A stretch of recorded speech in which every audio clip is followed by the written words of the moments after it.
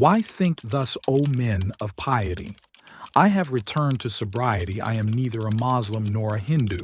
I am not Christian, Zoroastrian, nor Jew. I am neither of the West nor the East, not of the ocean, nor an earthly beast. I am neither a natural wonder, nor from the stars yonder, neither flesh of dust, nor wind inspire, nor water in veins, nor made of fire.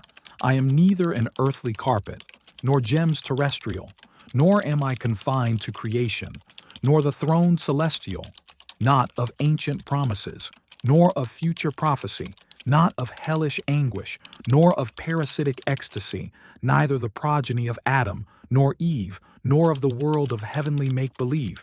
My place is the no place. My image is without face, neither of body nor the soul. I am of the divine whole.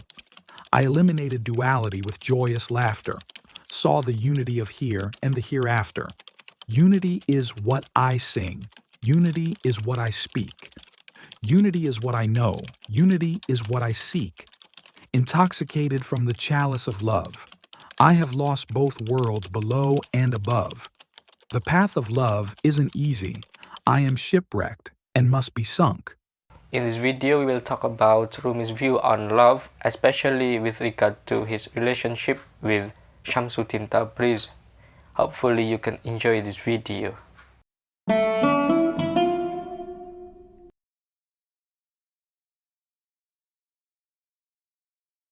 The pivotal moment in Rumi's life happened on November 30th, 1244, when he encountered the wandering dervish named Shamsuddin of Tabriz in the streets of Konya, possibly having met him earlier in Syria.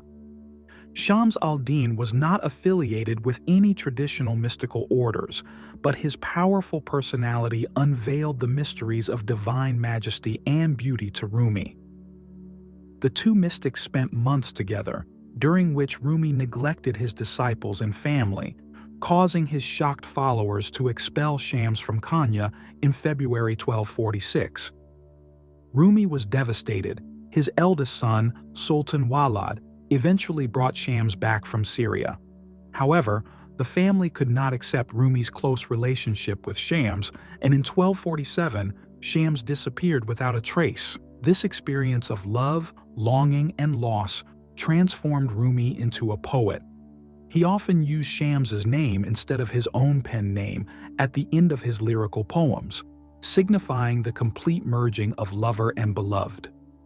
The Divan-i Shams, the collected poetry of Shams, authentically translates his experiences into poetry, yet its language remains grounded, avoiding overly abstract spiritual themes.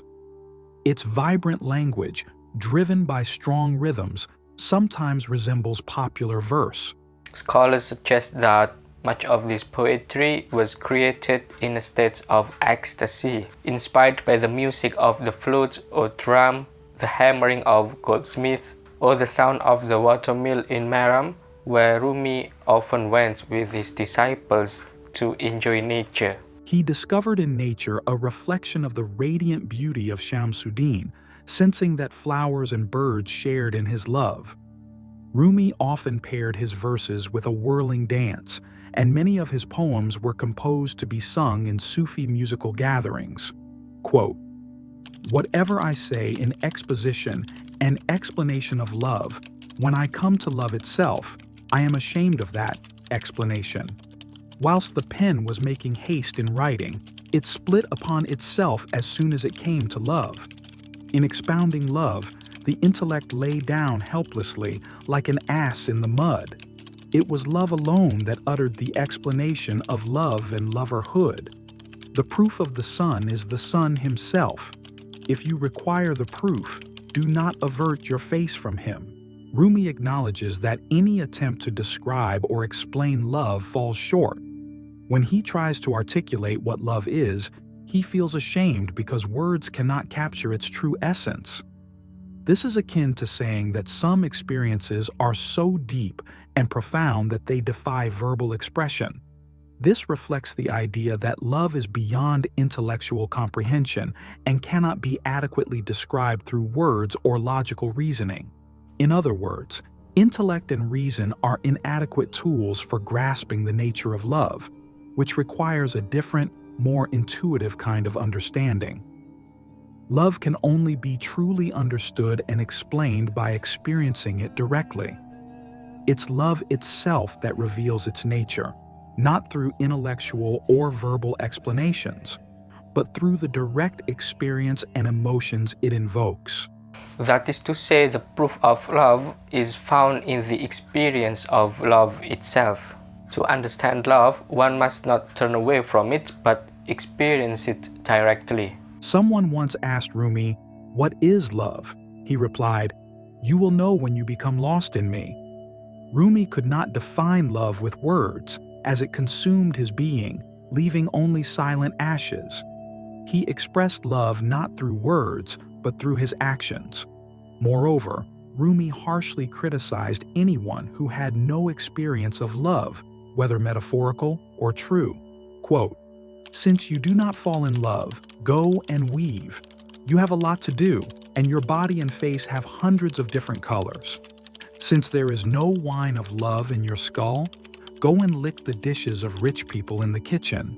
Rumi suggests that without falling in love, one's life becomes trivial and mundane. The tasks and activities in which one engages are mere distractions, lacking true significance or depth. Rumi criticizes a life filled with superficial concerns, symbolized by the hundreds of different colors of the body and face, which represent the multitude of distractions and material pursuits. The metaphor of the wine of love in one's skull points to the absence of passion and deeper connection. Without the intoxication and inspiration of love, a person is reduced to seeking validation and sustenance from the scraps of the wealthy, symbolized by licking the dishes of rich people in the kitchen. This imagery conveys a life of servitude and unfulfilled desires, chasing after the remnants of others' abundance rather than experiencing true richness through love.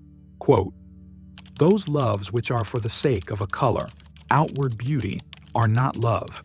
In the end, they are a disgrace." Rumi expresses the nature of love in thousands of his verses. He, who saw every form of perfection solely in love, dedicates all his works to this theme. For Rumi, love is the foundation and essence of life. He believes that love should be an integral part of one's prayers, and that worshiping God requires great sincerity and intimacy. We must seek true love within our hearts, and if we truly listen, we will hear a voice guiding us, saying, "Follow me," for God resides in all of our hearts. Rumi believed that love is singular and indivisible. Just as the heart is one, so is love. He referred to the love of God as the only true love. Quote, "Which heart does not contain your love? It is an infidel. It cannot be a Muslim. If a city does not have the grandeur of the king, if it is yet to demolish, you consider that heart as demolished." The heart is the abode of love, and love is the reason for the creation of humanity. Therefore, prosperous hearts are the dwelling place of God. Rumi asserts, "The purpose of the Kaaba is the hearts of saints and prophets, and this is the place of the word of God. The Kaaba is a part of this. If there is no heart, then what use can the Kaaba be?" Love is important, but it must be grounded in true belief. This knowledge must come from within. Rumi views a heart that does not take refuge in God as an unbeliever, comparing it to a war-torn, ruined city. In contrast, a heart filled with the love of God reflects the light of God's Son and is prosperous. Rumi asserts that love means surrender. True love can dispel assumptions and arrogance, giving us wings to fly. Love fosters respect among people and eliminates enmities.